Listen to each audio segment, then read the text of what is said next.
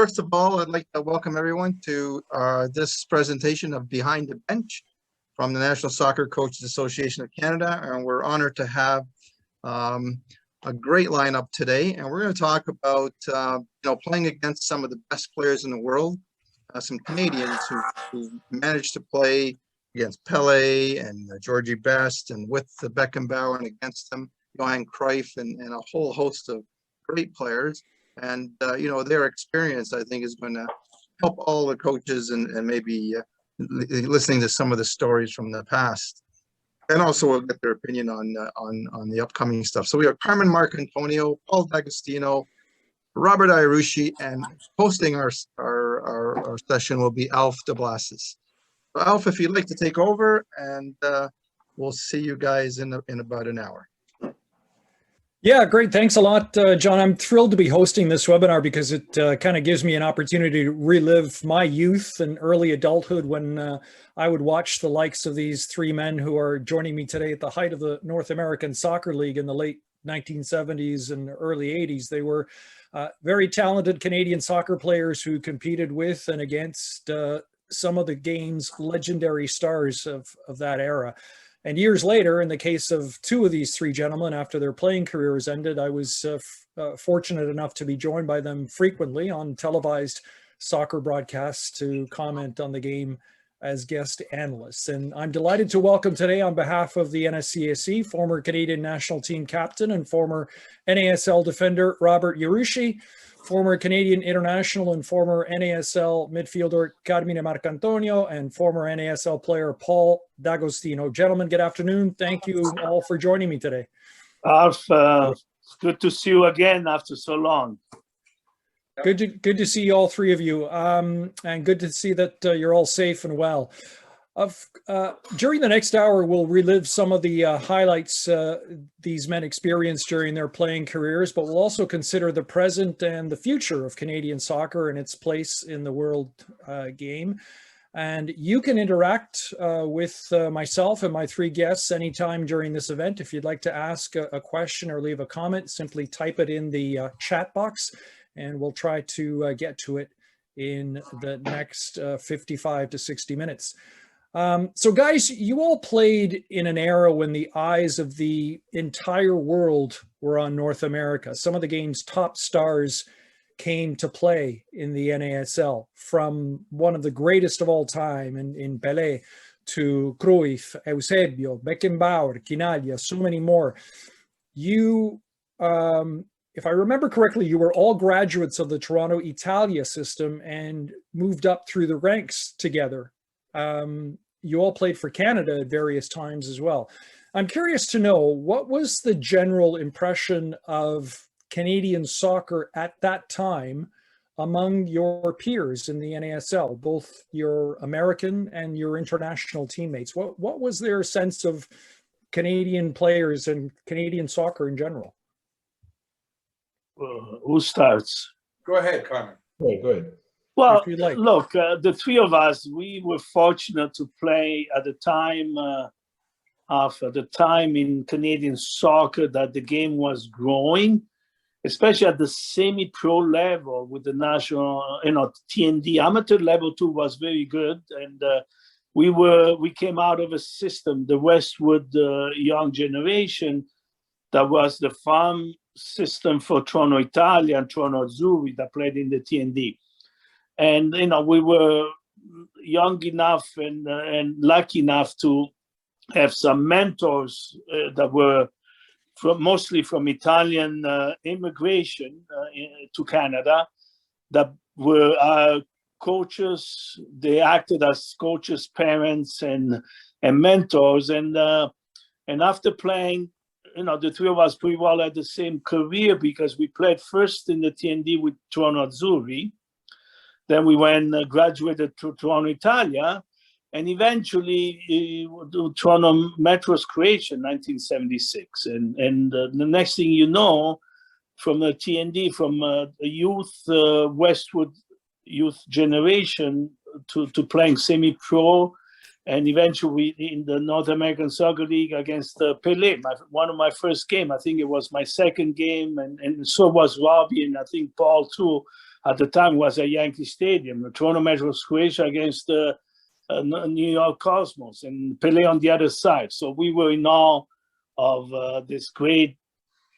He was the one that made the NSL. He put the NSL on the map. Paul, go ahead. Well, yeah, just to reiterate what Carmen was saying in terms of, I think timing had a lot to do with it too with us. I mean, I'm not sure if Carmen didn't mention the National Soccer League where Italia was playing, and that was some unbelievable soccer, believe me. I mean, some of those teams back then, I don't know if you, Robin and Carmen, you agree with me, but they're almost on par with some of the MLS teams. I mean, a lot of those players were first division players from overseas that were coming here during their off season because they could make some extra money, because those countries weren't making the money they're making now. Okay, believe me, they were here, from Portugal, from Spain, from wherever, Greece type of thing. Every team, all of them, first Portuguese, the Hellas, they all had teams. Toronto Metros Croatia back then, Serbian White Eagles, and that soccer was unbelievable. I think it's unfortunate that a lot of people nowadays probably didn't see them because they're too young, but that was some unbelievable soccer, and I think going through that with AS Italia, and we just happened to be at the right. For me, I always think I was at the right place at the right time with Italia, the growth of the North American Soccer League, and of course the fact that there had to be 3 North Americans on the field. I think that had a lot to do with it, because you're talking, there were, not too many teams had, more than, well, I don't think too many teams would have had more than 3 if there wasn't a rule, because there were most of the teams are full of imports. And I think we were lucky enough to be in that sort of framework.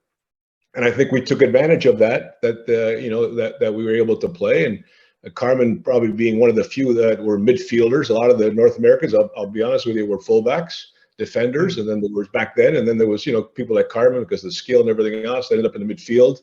There were a lot of North Americans were goalies, type of thing too. But and then from there, I didn't have the career that Carmen and Robbie had, but they took advantage of that, and they proved that they could play at that level with some of the best players in the world, type of thing. You know what I mean?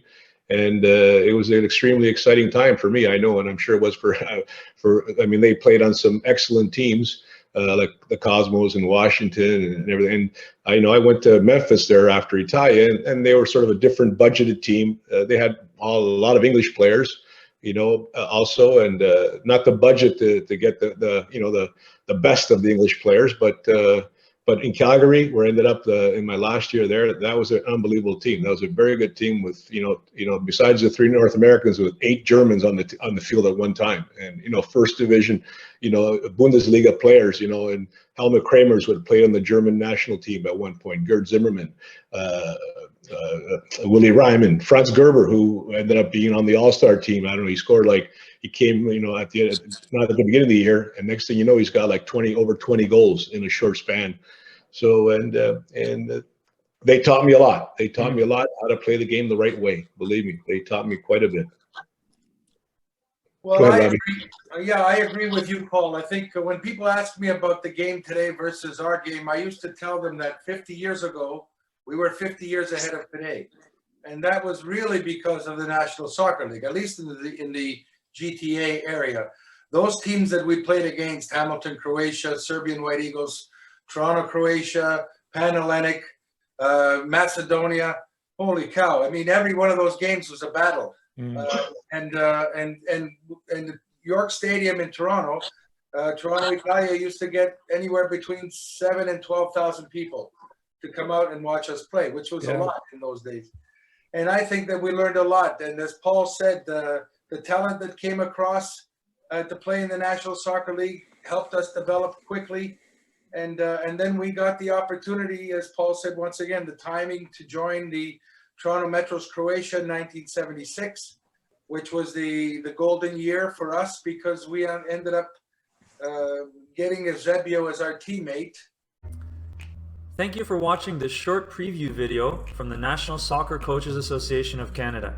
To see the full video, plus have access to hundreds of other coaching videos, blogs, webinars, and podcasts, plus free and discounted coach education courses and other soccer merchandise, plus to have exclusive access to register for all future NSCAC conventions, both live and online, Click on the link below to become a member of the NSCAC today. Also, please remember to like and subscribe to our YouTube channel, as your continued support allows us to continue to provide coach education and coach development resources to soccer coaches across Canada and worldwide. Thank you again for your continued support, and we look forward to seeing you at future NSCAC events.